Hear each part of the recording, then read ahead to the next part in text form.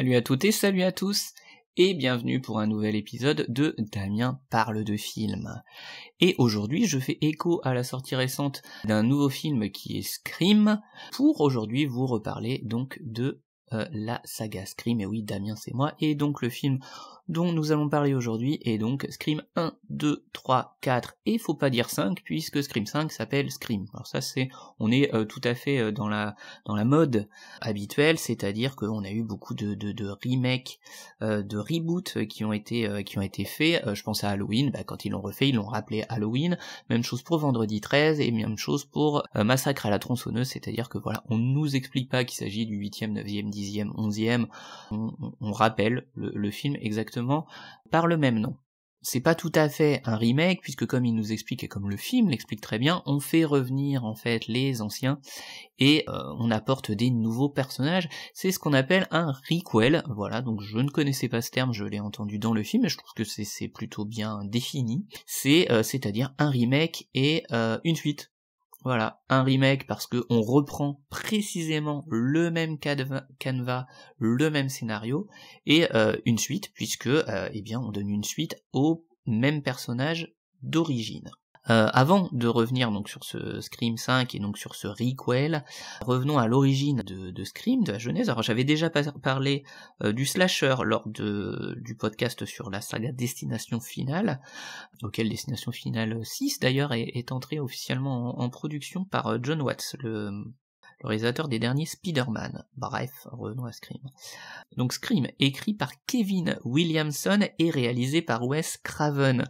Kevin Williamson, qui lors de la sortie de Scream est un total inconnu, c'est un acteur qui n'a pas réussi à être acteur, donc il se dit qu'il va réussir à sauver un peu sa carrière en écrivant, et donc il a 3 semaines ou un mois pour retrouver une bonne histoire pour se refaire financièrement, et donc il s'inspire d'un fait divers réel qui a eu lieu quelques années auparavant, qui est le massacre de Gainesville, qui est une université en Floride, où un tueur en série a sévi dans cette université et a assassiné 5 étudiants.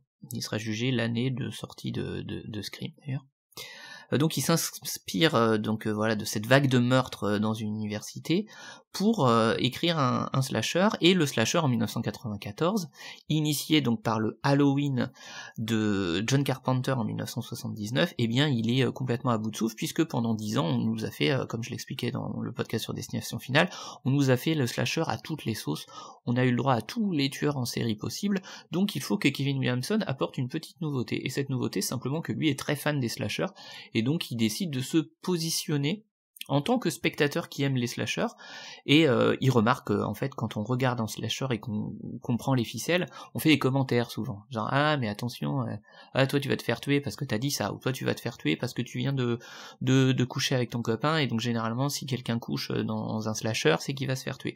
Et il va écrire ses règles texto avec des personnages qui sont des personnages du film qui comprennent donc les codes des slashers. Et donc ça va être le principe de Scream, d'être un néo-slasher, donc, qui est un film qui se reconnaît en tant que film, et qui connaît les codes, et qui va donc au spectateur faire une sorte de mise en abîme, un hommage en fait déjà au slasher, en expliquant au spectateur, voilà, vous êtes dans un film, et voilà comment ça va se passer, voilà comment ça fonctionne. Il nous donne directement les codes. Alors dans le premier Scream, c'est à travers le personnage de Randy, qui explique à ses amis, notamment à travers le film Halloween d'ailleurs, puisqu'il regarde le film Halloween quand ça se passe, en lui disant voilà comment ça se passe un film d'horreur, il ne faut pas avoir fait de sexe, il ne faut pas sortir d'une pièce en disant je reviens tout de suite, et plus d'autres règles qui m'échappent un petit peu, et pour éviter de se faire tuer. Ça va être la nouveauté apportée par le premier Scream. Le film est à l'époque donc produit par les frères Weinstein, donc à travers leur nouvelle société filiale de production, qui est une filiale en fait qui est Dimension Film, qui ne produit que des films de genre, et donc ils vont se servir de Scream comme tête de proue comme ça pour produire leur nouveau film, et il leur faut un réalisateur avec un nom, donc ils vont aller chercher Wes Craven, qui est déjà connu pour avoir réalisé plusieurs films d'horreur, dont la célèbre saga Freddy, qu'il a écrite, dont il a réalisé le premier et le dernier volet, qu'il a réalisé donc en 1993, Scream sort en 1996. Et il leur faut également des acteurs connus, qui est quand même assez nouveau, puisqu'à l'époque dans le cinéma d'horreur, dans le cinéma de genre, on part un petit peu du principe que dans les films d'horreur, il n'y a pas vraiment besoin de donner d'émotion, il y a juste besoin de hurler, voilà, de crier et d'avoir peur, et donc généralement les acteurs qu'on croise dans les films d'horreur, on les croise pas trop dans d'autres films, parce qu'ils réussissent rarement à faire carrière. Alors, comme j'expliquais dans Destination Finale, il y a toujours la petite exception, le petit acteur qui réussit à s'en sortir malgré tout. Dans Vendredi 13 c'était Kevin Bacon, dans Freddy c'était Johnny Depp, et puis dans Halloween c'était bien sûr Jamie Lee Curtis. Mais généralement voilà, la plupart des acteurs qu'on retrouve dans les films d'horreur sont des acteurs assez méconnus, et on les retrouve pas derrière. Donc l'idée, pour un petit peu se différencier, c'est justement d'aller chercher des acteurs déjà connus. Et donc Wes Craven décide de faire appel à Drew Barrymore pour jouer Sidney au début. Je dis au début parce que comme vous le savez c'est pas elle qui a joué Sidney au final, parce que voilà, elle est assez populaire, elle est toujours un peu associée à E.T., donc c'est la fille innocente, voilà, donc il se dit que pour jouer comme ça l'héroïne innocente, ce serait pas mal de mettre Drew Barrymore, puisque Sidney, l'héroïne, c'est ce qu'on appelle la final girl dans les films d'horreur. Dans les films d'horreur, on a toujours l'héroïne qui est celle qui s'en sort à la fin du film, et qui est donc la battante, la femme forte. Et donc il se dit que ce serait pas mal de donner ce genre de rôle à Drew Barrymore, justement parce qu'on la voit pas trop dans ce genre de rôle, donc ça pourrait être un peu surprenant. Finalement, elle se voit pas trop être comme ça dans un film d'horreur, ça la choque un peu, et donc elle se dit bon ok, mais juste dans le premier film, dans la première scène. Donc c'est elle qui est dans la première scène, qui répond au téléphone et qui répond à la fameuse question: quel est ton film d'horreur préféré? Puisque le principe de Scream, je l'ai dit, c'est donc la mise en abîme, c'est que dès le début, on va non seulement nous expliquer qu'on est dans un film d'horreur, mais on va analyser, critiquer, souligner le genre du film d'horreur, voilà. Et Drew Barrymore notamment, eh bien à l'époque, elle critique le fait que les slashers c'est ringard, que les Freddy, il y en a qu'un seul de bien, c'est le premier, etc. Donc déjà, commenter comme ça, en apportant une certaine ironie du coup, le genre qu'est le slasher. Et puis, il y a toujours également, donc là je vais être obligé de spoiler, mais le film a 25 ans donc je peux spoiler, un petit peu une critique à chaque fois sociétale à travers les films Scream, et ce à travers le mobile du tueur. Le tueur c'est donc Ghostface, c'est le tueur masqué derrière ce masque du tueur aux yeux de cacahuètes. C'est comme ça que s'appelait le masque lorsque la chef décoratrice, accessoiriste, a trouvé le masque. C'est un masque qui vient de Funland, et voilà, qui était intitulé le tueur aux yeux en forme de cacahuète. Voilà. Et donc Scream disait se sert de son propos pour à chaque fois apporter un regard, une critique sociétale, donc la société qui l'entoure, et donc là, et ce à travers le mobile des tueurs. Donc là, le mobile des tueurs, c'est le fait que ils trouvent qu'ils ont vu trop de films d'horreur et que ces films d'horreur-là les ont rendus violents. Donc ça permet d'être une critique, voilà, sur la violence dans la société et surtout sur l'impact de la violence au cinéma, de la violence dans les images. Alors c'est le propos inverse finalement de Orange Mécanique, de Stanley Kubrick, puisque dans Orange Mécanique, eh bien on gavait le personnage principal interprété par Malcolm McDowell, qui était un tueur, on le gavait d'images violentes pour le dégoûter de la violence et l'empêcher de devenir violent. Là Scream nous propose justement le point de vue inverse, en disant qu'en gavant les enfants, les adolescents de violence, eh bien on les rendait violents. C'était le propos de Scream. Donc gros succès, puisque complètement renouveau, en plus ça prend pas les spectateurs pour des idiots, puisque ça les prend à témoin en disant on sait que vous regardez un film. Ça s'adresse aussi aux cinéphiles, puisque tous ceux qui aiment les films de genre, eh bien là on leur dit on est les spectateurs qui aimaient les films et maintenant on va faire des films. Puisque dans les années 90, finalement, cette nouvelle vague de cinéastes, même si on fait appel à Wes Craven qui lui est un vieux de la vieille dans le genre, eh bien en tout cas au niveau de l'écriture, on propose, voilà, on a regardé plein de films d'horreur, c'est à notre tour maintenant d'en écrire. J'en profite pour dire que toutes les références que je donne sur Scream aujourd'hui à travers ce podcast vient d'un excellent livre intitulé Slashers, attention ça va couper. Alors je vais citer tous les auteurs, Marie Casabonne, Claude Gaillard, Guillaume Ledizez et Fred Pizzo-Ferrato. C'est un livre qui est sorti chez Vent d'Ouest, qui revient sur tous les slashers réalisés depuis le début de l'histoire du cinéma. Et donc, forcément, ça parle également de Scream, très bien illustré, très bien renseigné, donc les quelques infos que j'ai sur Scream, en plus de mon avis critique, ça vient de ce livre que je vous invite à vous procurer et qui est vachement bien, voilà. Donc, je disais, Scream rend hommage au film, au slasher déjà réalisé, c'est un hommage au cinéma en plus d'être un nouveau slasher, on le retrouve comme pour Destination Finale à travers le nom des personnages. Le petit ami de Sidney s'appelle donc Billy Loomis. Billy Loomis, ça fait référence directement au film Halloween de John Carpenter et au personnage du docteur donc Samuel Loomis, interprété par Donald Pleasence, qui lui aussi rendait hommage au film Psychose à travers le personnage de Sam Loomis, joué par John Gavin. Dans la scène d'ouverture, le père de Casey dit à sa femme d'aller donner l'alerte chez les Mackenzie, comme Laurie Strode aux enfants dans Halloween, elle dit aussi d'aller donner l'alerte chez les Mackenzie. Wes Craven apparaît dans le film grimé en Freddy Krueger dans Scream. La réplique de Billy et We all go a little mad sometime, on est tous un petit peu fous quelque part pour expliquer qu'il est donc devenu tueur. Eh bien cette phrase elle vient directement de Psychose et du personnage de Norman Bates. Linda Blair, qui jouait dans L'Exorciste, fait également un petit caméo dans le film. Lors de la fête chez Stu, toujours la scène finale de la fête où ils se font tuer, eh bien, Randy fait voter ses camarades pour le film à regarder et Evil Dead est le premier choix. Or, c'est pas la première fois que Wes Craven fait référence à Evil Dead, puisqu'il faisait déjà référence à Evil Dead dans Les Griffes du Cauchemar, dans le premier Freddy, et du coup, Sam Raimi avait mis le gant de Freddy dans Evil Dead 2, voilà.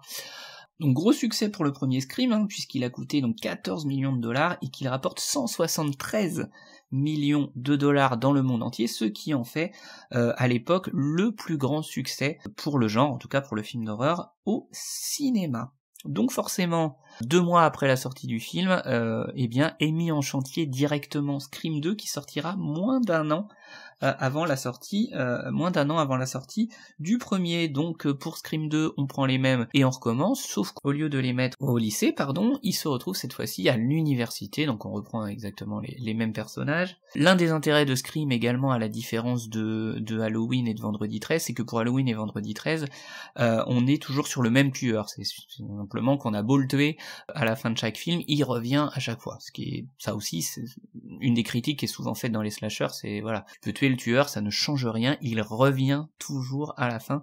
C'est ça qui fait d'ailleurs que les sagas d'horreur sont rarement crédibles. C'est justement le fait qu'on fasse revenir le même tueur, mais la saga Scream, c'est ce qu'on appelle un whodunit. En français, qui c'est le tueur? Et qui c'est le tueur? Et il est différent donc à chaque numéro. Là, les 2 tueurs du premier se font tuer, donc on n'a pas l'audace de les faire revenir.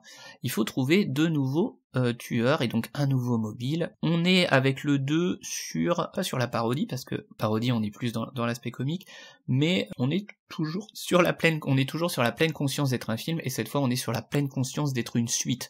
Donc on va nous raconter dans ce 2, toujours à travers le personnage de Randy notamment, qui est l'expert, qui est celui qui connaît le film d'horreur et qui donne les règles, le maître du jeu, et bien ce maître du jeu va nous expliquer, voilà, on est dans une suite, alors voilà comment ça se passe dans une suite. Mais c'est peut-être le seul attrait du 2. Alors c'est toujours extrêmement bien mis en scène, le suspense marche bien, mais ils vont y aller un petit peu plus mollo dans les meurtres. C'est-à-dire qu'ils vont se dire, ouais, mais finalement, qu'est-ce qui a marché dans Scream ? Ce qui a marché dans Scream, c'est le fait justement d'être une mise en abîme, d'être un détournement des codes, c'est d'être une analyse des slashers. Donc on n'est peut-être pas obligé de faire comme tous les autres slashers, vu qu'on critiquait la violence dans le premier, on va y aller un petit peu plus mollo. Et aussi la vraie raison vis-à-vis de la société de production, c'est qu'ils n'ont pas envie de trop se faire censurer, parce que trop se faire censurer, c'est risquer d'empêcher le film de sortir au cinéma. C'est pour ça qu'ils y vont un petit peu mollo sur le sang. et puis que du coup, comme on est dans une suite, et bien cette fois le mobile des tueurs, alors la tueur en l'occurrence c'est la mère du premier tueur, la mère de Loomis, et bien la mère de Millie Loomis. Là, ça fait directement référence à Vendredi 13, où la première tueuse était la mère. Donc là, on est dans cet hommage-là, voilà. On a déjà vu, voilà, un slasher, Vendredi 13, où c'était la maman du tueur qui était la responsable. Donc on fait revenir ça. Plus un deuxième tueur qui a pas trop de... Voilà, c'est une motivation pas très crédible, voilà. Mais ça refonctionne plutôt bien, c'est bien mis en scène, les références sont chouettes, donc ça fonctionne quand même. Mais forcément, comme c'est une suite, bah ça se contente de répéter ce que ça a déjà répété précédemment. Toujours écrit le film, toujours écrit par Kevin Williamson, clairement écrit pour être une suite, écrit beaucoup plus rapidement, puisqu'en plus à l'époque Kevin Williamson est pris par sa série Dawson Creek, Dawson en français, où déjà, en tout cas dans la première saison de Dawson, il fait beaucoup de références au cinéma en général. Alors, il fera un épisode sur Halloween en hommage au film Halloween, il fera aussi un épisode en hommage au film Breakfast Club. Voilà, chaque épisode comme ça est un hommage à un film de cinéma, Kevin Williamson étant un vrai cinéphile. Et ça se voit à travers le personnage de toute façon de Dawson qui veut devenir réalisateur, etc., etc. Et donc du coup, le fait d'être complètement pris dans le développement de la série et dans la mise en scène de la réalisation de la série, eh bien, c'est vrai qu'il bâcle un petit peu ce Scream 2, il se contente de faire un copier-coller, et donc tout n'est pas parfait, mais ça reste extrêmement bien exécuté par Wes Craven. Et au niveau du succès, on est donc sur un budget de 24 millions de dollars pour réaliser ce film. Il en rapporte, Scream 2, 172,4 millions de dollars à travers le monde, donc ça reste un succès toujours. Donc forcément, eh bien, Scream 3, alors Scream 3, un petit peu plus compliqué pour Scream 3, Scream 3 qui sort en 2000, donc 3 ans plus tard. Donc on peut se dire, bah il va être mieux parce que ils ont quand même mis un petit peu plus de temps pour le faire. Alors il sort que 3 ans après, mais il faut quand même se dire que comme il a quand même initié beaucoup de nouvelles productions d'horreur dans le néo-slasher, ça veut pas dire qu'on n'a pas eu le droit à de nouveaux films d'horreur entre 97 et 2000. Le problème, c'est que ce qu'a engendré Scream, c'est beaucoup de sous-genres. De néo-slasher, des trucs pas terribles comme les Urban Legends, les Souviens-toi l'été dernier, alors qui était peut-être bien le premier, mais après les suites, voilà. Donc finalement quand Scream 3 sort, on en est à 3 ou 4 productions horrifiques par an qui sont toutes de qualité moindre. Donc Scream 3 pour sortir du lot, il faut clairement là qu'il apporte quelque chose de nouveau puisque ça fait 5 ans qu'on est dans le néo-slasher et on pense quand même pouvoir avoir pu faire le tour. Wes Craven est toujours aux commandes mais il est obligé, c'est-à-dire que contractuellement il est obligé de réaliser ce Scream 3. En vrai il a pas super envie. C'est pas le cas des acteurs Neve Campbell et Courtney Cox qu'il faut qu'il convainc de revenir, puisque elles avaient signé que pour 2 films, donc il faut qu'il convainc tout le monde de revenir, parce que s'il est obligé de faire revenir de nouveaux personnages, clairement ça va beaucoup moins intéresser les spectateurs et beaucoup moins crédibiliser le projet. Il réussit donc à les convaincre et à les faire revenir sur le tournage pour faire ce Scream 3. Kevin Williamson lui est beaucoup trop pris par Dawson, et eh bien il a le temps d'écrire un traitement, mais c'est tout. Et ils sont donc obligés de faire appel à un nouveau scénariste. Ce sera Aaron Kruger. Alors ça me fait beaucoup rire que le nouveau scénariste de Scream 3 ce soit Aaron Kruger, parce que Kruger quoi, comme Wes Craven avait fait Freddy Krueger, voilà. Il situe cette fois l'action à Hollywood, donc triple mise en abîme, puisque ce qu'on nous explique et ce qu'on nous avait déjà expliqué dans Scream 2, c'est qu'en fait les meurtres de Woodsboro qui se passent donc dans le premier Scream ont en fait inspiré le cinéma et ils ont fait un film qui s'appelle Stab, et donc Stab qu'on voit donc dans Scream 2 et donc dans Scream 3 ils en sont à Stab 4, donc on est donc le film dans le film dans le film, et d'ailleurs le film commence avec le film dans le film. Donc triple mise en abîme, et là on est déjà à la demande des producteurs de réduire énormément la violence et le sang, on est clairement dans l'auto-parodie. C'est-à-dire que on n'est plus vraiment de slasher, on est dans la parodie de Scream.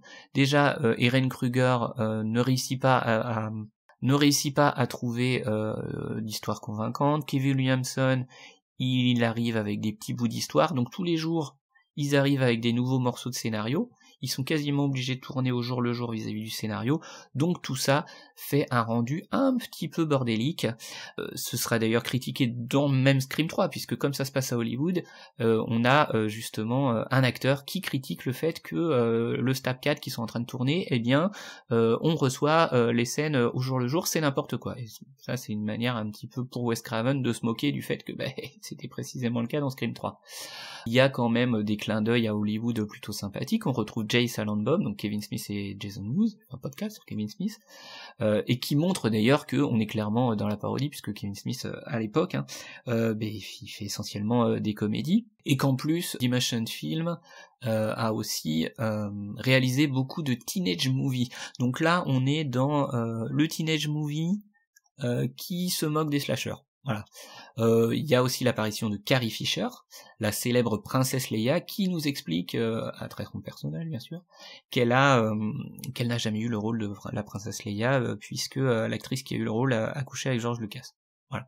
Donc à part les clins d'œil drôlatiques, sinon en termes de slasher, le film n'apporte pas grand chose, tourne un petit peu autour du pot, ne fait pas très peur et est vraiment complètement nawak en termes de scénario. Il va plutôt bien marcher en France puisqu'on est quand même sur 2,5 millions d'entrées.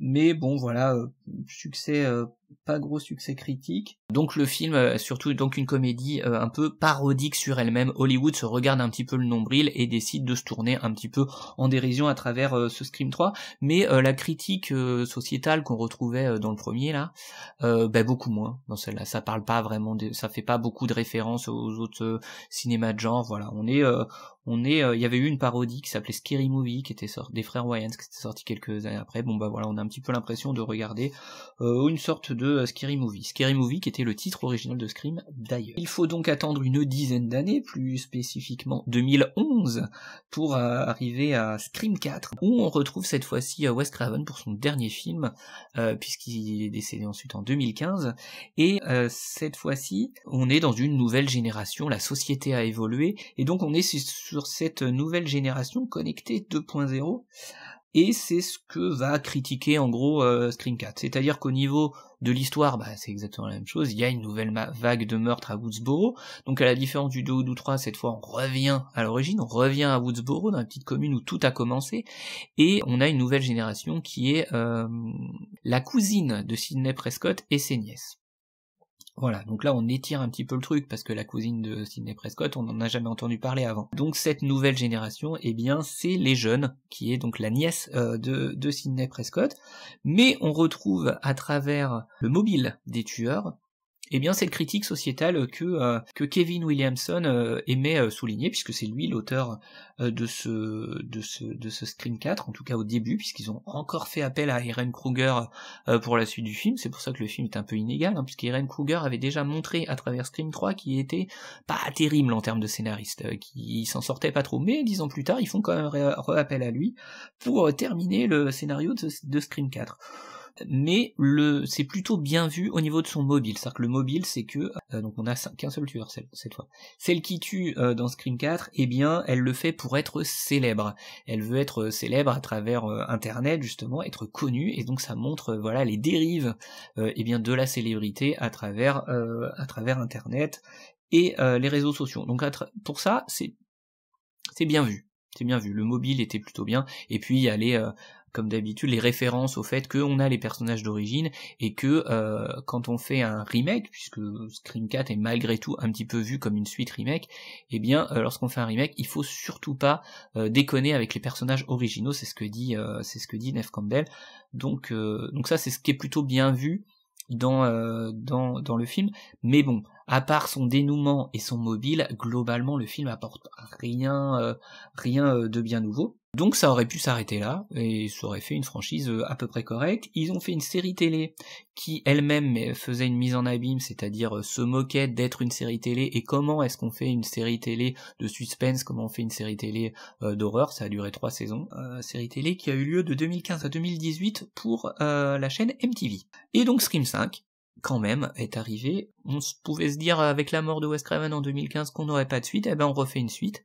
Et on refait donc ce que j'appelais en début de podcast, et ce qui est décrit dans Scream 5, un requel, c'est-à-dire un remake suite. Et donc là, on a la nièce de Randy, c'est-à-dire qu'on reprend vraiment tous les éléments du premier, à tel point que ce 5, il est complètement relié au premier, on fait même presque abstraction du 2, du 3, on fait référence au fait que oui, il y a eu d'autres meurtres à Houseborough, effectivement en 2011, voilà, mais on appuie surtout sur les premiers originaux, à savoir le premier. Donc on est comme l'avait fait Halloween, et comme l'a fait également Ghostbusters récemment, et c'est ce qu'est un requel, c'est un remake, mais on fait directement référence au premier. À tel point que, si vous avez vu le premier film, eh bien, vous allez comprendre tout de suite qui c'est les tueurs, puisqu'ils nous ont fait exactement le même scénario, exactement le même canevas.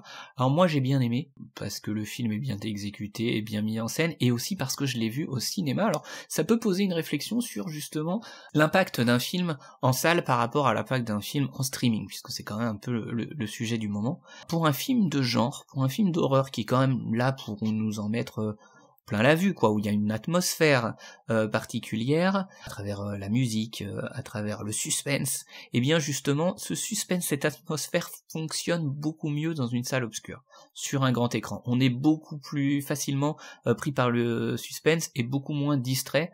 Moi, quand je regarde Netflix, par exemple, je suis sur mon portable, je suis dans mon canapé, je peux être distrait par beaucoup de choses autour, c'est pas le cas au cinéma. Donc c'est plutôt bien pour ça, à voir au cinéma, pour que ça fonctionne vraiment. Après, quand on a vu les autres crimes, on n'est pas franchement surpris, parce que là, pour le coup, ils apportent rien de nouveau. Ils font que rendre hommage, voilà, au premier Scream qu'ils ont beaucoup aimé, à une vague de néo-slasher qu'on voyait plus trop, puisque, justement, et ça, ils en parlent dans Scream 5, et c'est plutôt bien vu, le cinéma de genre a évolué vers des choses plus sociales, vers une horreur beaucoup plus graphique. Je pense au torture porn, notamment avec ce qu'on appelle le torture porn, c'est des films comme Saw, par exemple, voilà, avec très très graphique, très très violent.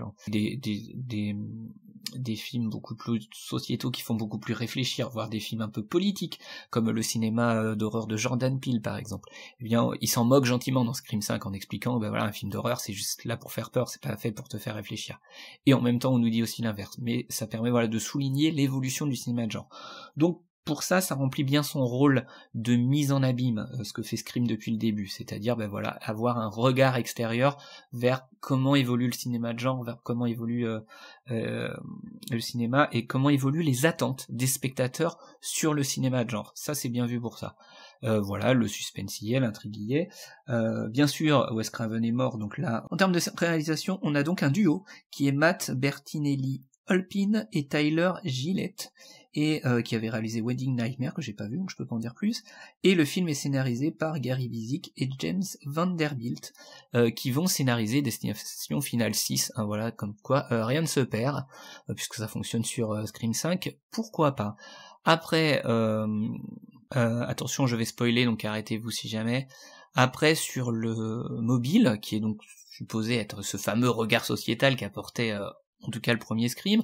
Donc dans le premier Scream, ils étaient influencés par cette violence au cinéma et devenaient des tueurs. Là, l'idée c'est de prendre des fans de la fameuse série Stab, qui est le film dans le film qui a inspiré les vrais faits, et de trouver que l'évolution de la saga des Stab, est très mauvaise, comme on peut trouver effectivement que les derniers films, les derniers remakes sont très très mauvais. Et donc ça en fait deux des tueurs. Comme ils trouvent que c'est nul, les derniers films décident de eux-mêmes devenir des tueurs pour faire un meilleur film. Voilà, pour que ça inspire un meilleur film et pour que la franchise termine sur quelque chose de bien. Alors déjà, c'est un peu prétentieux, et puis c'est un peu méprisant pour les spectateurs, de ce mépris de se dire, voilà, si leur avis compte, finalement, vous voyez où est-ce que ça peut nous emmener, ça peut devenir des tueurs. Mais ça peut aussi vouloir dire, les gars, c'est qu'un film, voilà, faut pas en arriver à ces extrémités-là. Le mobile des tueurs m'a fait un peu sourire, je l'ai pas pris très au sérieux. Autant le regard du premier pouvait être intéressant, interrogeait sur la violence au cinéma, là, ouais, juste parce qu'on veut un meilleur film. Alors oui, ça souligne gentiment, ironiquement, effectivement, toutes les dérives qu'il y a pu avoir suite au dernier Star Wars ou à d'autres films où vraiment certaines personnes pouvaient être très très très très critiques sur les réseaux sociaux, sur les forums, et c'est ce que critique ce Stream 5. Pourquoi pas? Moi, ça m'a pas convaincu à 100%. Néanmoins, voilà, j'ai passé un très bon moment parce que le film est très bien mis en scène et le suspense fonctionne et les meurtres sont très graphiques, c'est très gore et là aussi, on peut voir à travers justement ces scènes gore que le cinéma de genre a évolué puisque cette violence-là, graphique, visuellement, on l'aurait pas vu autant il y a 25 ans. Donc ça montre effectivement l'évolution qu'a pu avoir le cinéma de genre, c'est que on est un petit peu plus décomplexé au niveau de la violence. Pour conclure, du coup on se retrouve avec 5 films Scream pas désagréables, toujours presque parodiques par moments, mais qui sont des bons hommages au genre en règle générale, et je pense que s'il y a cette cohérence là et si ça fonctionne bien à travers ces 5 films, c'est parce que les 4 premiers ont été réalisés par le même réalisateur, à savoir Wes Craven, et que ça c'est rare à travers les franchises, et bien des franchises où les films sont réalisés par le même auteur à chaque fois. Ça s'est vu avec Phantasm notamment, qui est une série d'horreur réalisée dans les années de 80 à 90, le dernier à 5-6 ans, où il y en a 5 ou 6, et qui sont donc réalisés par Don Coscarelli, sauf le dernier. Donc voilà, mais en règle générale, si les franchises tiennent pas trop la route et s'étiolent et manquent de cohérence au fur et à mesure des numéros, c'est parce que justement ils sont à chaque fois réalisés par des réalisateurs différents. Et là, le fait que ça ait été à chaque fois mis en scène par Wes Craven, ça a permis quand même d'avoir un rendu cohérent pour les 5. C'est en cela, je trouve que il y a pas de mauvais Scream. Il y a des Scream un peu en dessous, mais il n'y a pas des mauvais globalement. Les 5 Scream restent une saga totalement qui tient la route et totalement cohérente. Alors faudrait pas en faire un 6 parce que là ce serait clairement la suite de trop. Donc arrêtez-vous là, c'était sympa. Maintenant il faudrait passer à autre chose. Voilà, c'est tout pour moi. Je vous remercie et je vous dis à très bientôt pour une nouvelle chronique de Damien parle de film.